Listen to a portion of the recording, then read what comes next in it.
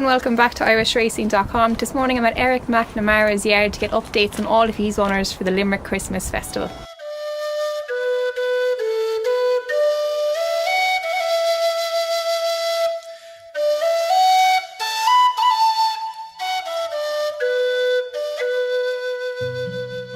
Delighted, Falta. With Galera and Shaw, delighted that Eric, thanks for having us to Beachmont. What a class spot to launch the Mr. Binman Christmas Racing Festival in Limerick. Obviously, Eric, this is the Limerick Festival is very dear to your heart as your local track as well. But of course, it's where you had your very first winner at this festival 40 years ago, and you must have been a very, very young man then. It was, and didn't have as many grey hairs anyway, that's for certain. Yeah, no, it was a great occasion. I was called for John won our very first winner, and it was in Limerick, the old Limerick Racecourse, obviously. And no, it was the start of the career that we've had, reasonably good career, I suppose, and we won for lovely races, and we've Limerick Racecourse is obviously very dear to our hearts, and we love going back there every Christmas, and we're very disappointed if we left after the 4 days without a winner, but it's a long time since we have left without. And particularly now, Eric, which thankfully, in touching all the wood that we have, you're in a rich vein of form at the moment, like Listowel, your other, I suppose, dear to your heart festival, yeah. 5 winners there, had a double in Down Royal in the flat the Monday after, and it's just sort of kept rolling brilliantly. Yeah, no, listen, I suppose like any businesses, I'm sure Gary Dillon there, and Mr. Binman, who's the main sponsor of Limerick, will tell you that no business will run well without good backup behind you, without good staff, without great people. And I remember just a small thing, talking to JP McManus one time, and he always said, surround yourself with good people, he says, and you'll have a great chance. And we have, Conor and Kate have obviously come home from where they've been working over the years, and they're here. And then we have the lads that are here for years, the Ray Hogans, Jerry Weiss, Joey Dunn's, all those lads. Wonderful lads and very dedicated to us. And Sean Flanagan, you saw there this morning, comes in once a week there for the last couple of months and does a lot of work there with Conor on Wednesdays and Saturdays and that kind of thing. And Callum Hogan, a young lad that's started off his career, I suppose, there only in the last couple of months, and he's ridden a few winners and is doing very well for himself. So no, I'm sure I'm leaving out for lads, but we really have great lads here, and that's the backbone to it. And of course, it all stems from my own kid's mother, Paula, who there's always a woman behind every good operation, I can assure you. Yeah, and Beachmont, that makes sense really, that collegiate and that family thing, because Beachmont is your family home, and it seems to have carried on. Like as you say, Conor and Kate's involvement, which I know is huge. And just tell us a little bit about Beachmont, because it's in the McNamara family for a long time. Well, it is a long time, but not an awful long time. I suppose my parents bought it, I suppose nearly 60 years ago now, between 55 and 60 years ago. And we've kind of lived here since. Sadly, my parents passed away there 15 years ago, I suppose. One of them 7 or 8 years ago, and the other 15 or 16 years ago. And so I ended up, I have fantastic sisters and brothers, and I ended up buying the place off of all them, and we all ended up happy, and so I've carried it on ever since, and hopefully my children, whichever one or all or whatever, will carry it on as well after that, Yeah, and the facilities, like, you keep adding to it, but you have fantastic facilities here. We saw you doing work there, you have so much space. You have anything you need here now, really, do you, Eric? Oh, no, we do, yeah. We've great sign got up there, as I said. It works well, we maintain as well, we look after as well, and we have the warm-up circles, and we have horse walkers, and we have school and hurdles and fences and grass gallops. We have everything that's needed there. All we need is good horses. And you have a few, and we're going to speak about some of the ones heading to Limerick shortly. For John was the first, off the top of your head, what were some of the great days that brought you celebrating and maybe lengthened that short journey to Redkeel from Limerick? Actually, I don't know. For John was the start. So my brother Jimmy, they had a couple of nice horses that used to be trained by Mickey Lee. And I ended up, when I gave up my showing career, and I ended up starting to train 3 very good horses for John, Dunleer, Leap, Wars, and I think there was a couple, 1 or 2 others that came, and they all came together. Okay. And they all, every one of them won, and they all won 3 and 4 races. And I got the bug, and of course I thought this game was simple, and I knew more than everyone else. But what really happened was that a few very good horses that all won for us, and as you go through the years, you do realise that you need a good horse. Yeah. Is there one day stands out in Limerick? I know you've had Grade 1 winners. I was actually, so you gave Ruby Walsh his first Grade 1 winner. I think you gave Katie our first winner in Britain. But in terms of Limerick, what stands out for you? Actually, I think I probably haven't won many of the big races. We won the Munster National twice now, thanks be to God. But we always seem to leave there lucky. It's been a lucky track. I think it's a long time since we left the Christmas meeting without a winner. So long may that stand, you know. Well, let's try and find 1 or 2 that you're going to give us. We watched a lot of them working there, so I'm gonna work down through. I'll leave Reed Steve. He's obviously your star, and in the end we just mentioned that. But if we go with Gaelic to Shasties, he's a new enough one, and excuse my pronunciation, he's a new enough acquisition to the yard, Eric. Yeah, he is, and he's only run 4 times for us. He won his first 3rd race in Punchestown for us, and then we went campaigning him over fences because I wanted to run him over fences before he reached the mark of 102. So he's been second in his 3 chases, and the man that owned him actually isn't well, and he's from England, so we're after putting the syndicate together, and we're after keeping him. So he'll run in the top of the town colours, Lorna Keaton. And a great bunch of lads own him now, and he'll probably run in the 2 mile 5 handicap or the Limerick Christmas, and definitely wouldn't be without a chance. That sounds good. You mentioned Callum. I think he was on Evangeliste there. Hasn't run yet. Was a point winner in Quakerstown in March, which is a good place to win a point. Yeah, no, very nice horse. The most expensive horse actually that ever came into the yard. He won his point to point. He was good, and a couple of good lads are after buying him and giving him to me to train, thanks be to God. And he'll be aimed hopefully at a bumper in Limerick Christmas. And if he keeps progressing the way he is, I think he might be a bit special. Okay, that's exciting to have that potential, Eric. Yeah, no, he looks like he could be a really nice horse. Okay, that's one to keep an eye out there. People are scribbling very quickly. Bit of a joke, like he's had 1 run in the maiden hurdle. Yeah, he ran once in the maiden hurdle. Ground was too quick for him. Actually got injured the same day. I'm sure we'll get plenty of soft ground in the Christmas rim, but he won't start off until then. He's ready to go for the last few weeks, but we're just waiting for really soft ground. Nice horse, but more of an extra horse than an additional horse. Storm Mahler, he's 6, won on heavy ground at this festival last year, but has struggled since. Yeah, he lost his way. He burst the blood vessel the first time, and then he seemed to lose his way, so we left him off for a good while now. And he's back fresh. He's going to run in Mallow on Sunday with the idea of getting a run into him before Limerick and possibly aiming back at the race he won 12 months ago. Okay. And of course, horses for courses, that statement didn't come out of the blue. They do like it, or act around specific places at times, don't they? Yeah, they can do, and he does have to up his game now, John Ballard, because he has been disappointing, but he's certainly been aimed at it anyway, and we have him down in the best possible shape we can. Mihal is the other side of things, I suppose. He's been in great form, hasn't he, Eric? Won 2 the last 3 and was 3rd in this stall. Didn't go well for him here in Stevensdale last year, but he must be going with chances wherever you're aiming him for. Yeah, he's a pretty solid horse, always runs well. Probably run the 3 mile handicap harder than the last day. No, he's a solid horse, and he's won 3 or 4 or 5 for us now, maybe at this stage, but he's been running well, so he'll go at every his chance, but handicapper probably has a bit of a hold of him as well now. My friend The Wind, owned by Sean Corner, a good owner for you.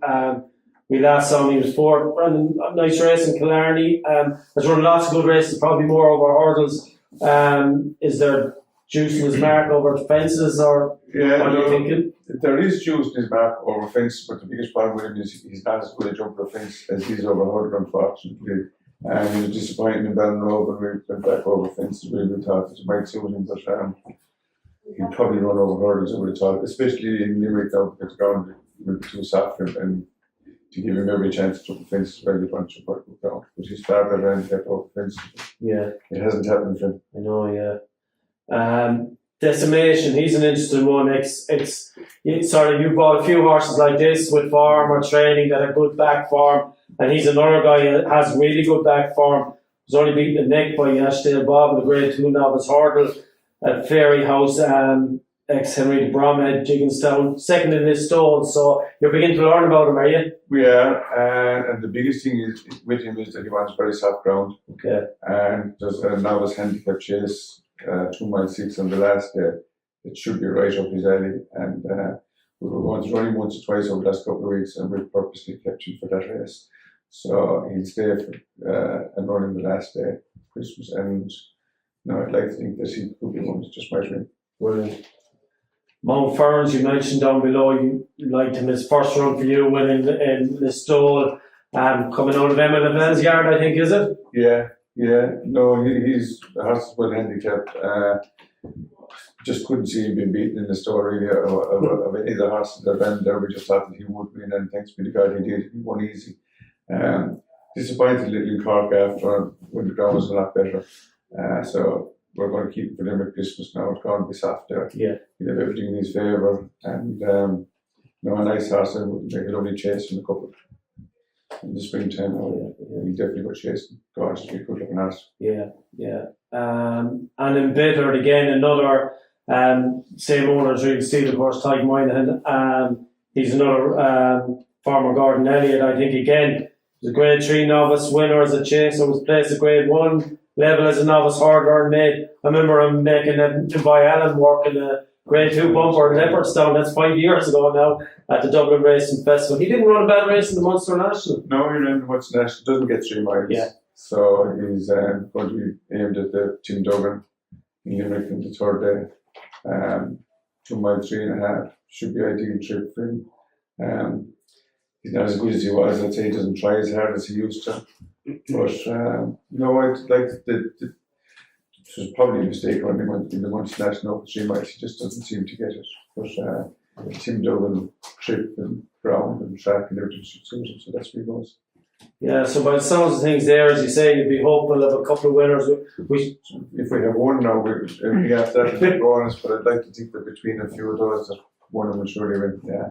And we should mention Real Steel and won the Munster National there, your second Munster National, coming back off one Paddy Power. It's a horse that finished only 7 lengths behind Album Photo in the Gold Cup. But he's 11 rising 12 now, but obviously you haven't been great, Nick, and you're aiming for Leopardstown again, are you? Yeah, no, he'd definitely go back from Paddy Power. He won it 2 years ago, as you know, and he was third in it last year, ran a fantastic race, so he'll definitely go back there. Likes a really nice ground, in fairness to him, especially I say now that he's getting older, he definitely likes a really nice ground. So, no, he'll go back there. He's up a lot of weight since he was this time 12 months ago, so he will be really up against it, but he has to go there, obviously, and hope to try and get a bit of place for him. And advertise that Limerick form again. Well, listen, thanks very much. I know there's plenty of people here might have some questions to ask you, Eric. Eric, you're a man I suppose punters always love to look for at Limerick. What is it, do you think, about your horses? Do you just know the type of horse that handles the track, or what is it about your record there? I suppose that there isn't much point in going there at Christmas, unless he'll definitely go on soft ground, because I don't know, for years and years it's always been very soft, and if you have a good ground horse, try and go to Leopardstown, but you do need a better standard horse to go to Leopardstown as well. But no, hopefully we have a few nice horses that can go there this year, and it's local just we love it, and we're able to celebrate after it if we do have a winner. And no, it's a great track, well managed now with our new managers and everything, and they put a lot of work into it, so hopefully they'll have a great meeting as well. Who would you say is your best chance of a winner at Christmas, if you had to pick one? Maybe Mount Ferns. Mount Ferns. Maybe Mount Ferns. Yeah. You've bought horses like Real Steel from England that were foreign horses. That's kind of a change in tack from what you might have done traditionally a bit, is it? Yeah, I think it's like we used to go to the Derby sale and Land Rover sale and that Doncaster sale. We used to try and always buy between 12 to 15 store horses every year. But they went from costing 20,000 to costing 17, 80,000 with all the point influence on it. And we just had no one to buy those horses, and I couldn't afford to give up that kind of money for horses on spec. So we tried to go down the route of trying to buy a few ex-horses out of different stables, and we've been lucky enough to turn around quite a few of them, really. You know, horses that were good horses, but they've lost their way.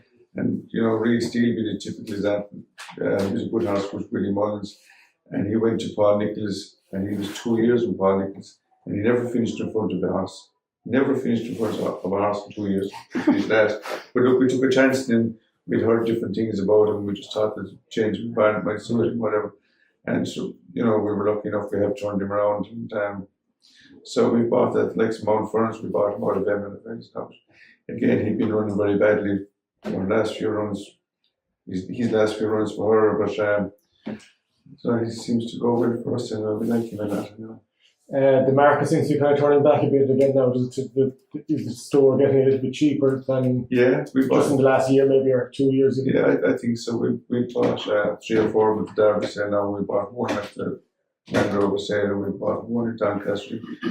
We have a couple of horses that we bought in the Derby sale now, which is they're lovely, lovely horses.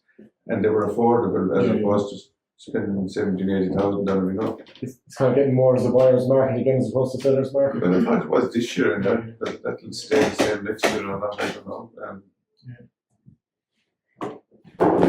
I think someone was saying it's 40 years ago, to back in Limerick 40 years ago, you had your very first winner as a trainer. How much has the training game changed in that period, do you think? Well, I'd say it's changed a lot, really, hasn't it? It's gotten far more professional. Especially in the last couple of years with IHRB and HRI, paperwork has gone involved in this game. If I didn't have Kate here now to help me with organising the syndicates and keeping the IHRB happy with all the veterinary stuff that goes on with it now and everything, I'd be lost, to be honest with you. I wouldn't be able to do it. I really don't think so. Without Kate, I couldn't handle all the paperwork. Is it excessive? Absolutely. The veterinary side of the thing is gone, absolutely. And horse welfare and the way they look after it. I'd be very disappointed if anyone inside this room left today and thought that we didn't look after our horses really well, you know. And that goes for all the racing stables. It certainly goes for 99% of my life. You know, the horse welfare thing has gone very strong as well. You know, we do look after them well. I think they look after better than ourselves. Would you have any opinion, maybe you probably do, prize money people are kind of giving out about again that it needs a lift? Yes, we're always going to give out about it because we'll never be happy no matter what prize money is, but it does need a lift, you know. I've seen it, like England has got a good lift there. If you watch different races over the last 12 months, they seem to have got a bit of a lift here and there. Ireland has gone a bit stagnant, I suppose, in increasing prize money. Like putting 650,000 into that big 2 mile flat handicap, like when surely, and the people that are going to win it are only multi-millionaires anyway.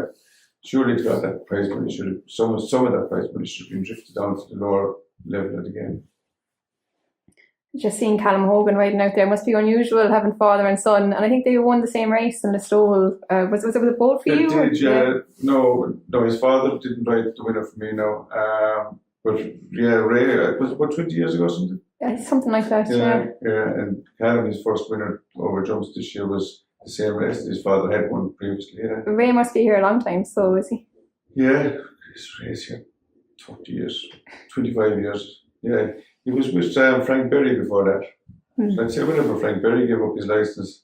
Yeah. Would you be kind of proud then seeing Callum going on and he's doing well at the moment? Yes, I would. Yeah, we've been lucky, you know, point of view of good lads that started off. James Jones rode his first winner here from Rathkeel. Bryony Burns rode his first winner from Rathkeel. Robert Jones rode his first winner from Rathkeel. You like to give the local lads a chance? Callum Hogan, first winner from Rathkeel. All local lads that we did give them a chance, and they were all very good lads. I thought obviously Ray, although I don't know did Ray write his festival I doubt it, no, Ray was spoke to Frank Berry and him year after.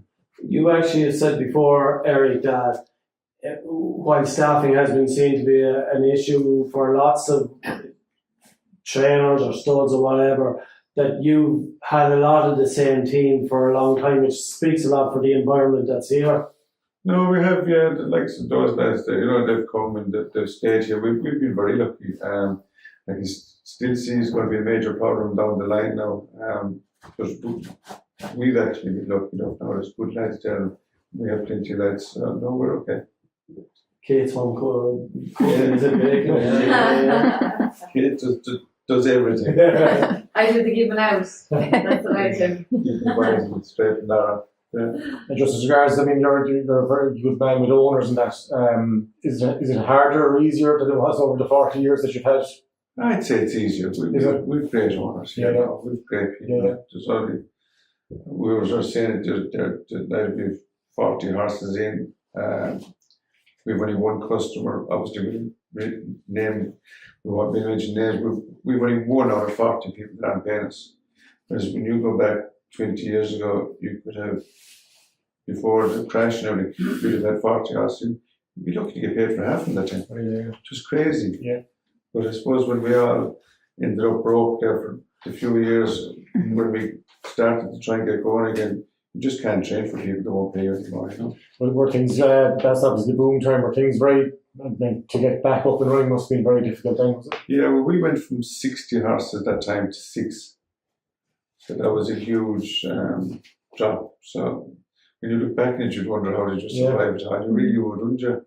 But we gradually picked it up over the last couple of years now. We're back up to 40, which is a lovely number.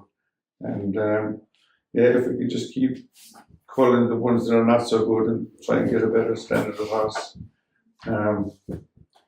we keep training them to the best of our ability and we'll do our best. You mentioned JP at the start. He's obviously a good supporter of you. Is that a long-term relationship, being Limerick men? Well, since we started, we've always had one for him. We've never seemed to ever have a few for him, but we've always had a couple. We've 2 at the moment for him, 2 lovely horses. Donkey is who's won a few lovely races for us, and we've a young horse as well. So we've kind of always had a couple for him. And I think there was only one horse out of the last 10, I'd say, that didn't win. Yeah, we've had a great luck with him. The hospital was the last one. What was the hospital before that? The hospital bought up Jim Butler. He won Irish Bull. Irish Bull. He was before. He won 6. No, we've been very lucky with JP now, thanks, because they've all won really. Yeah.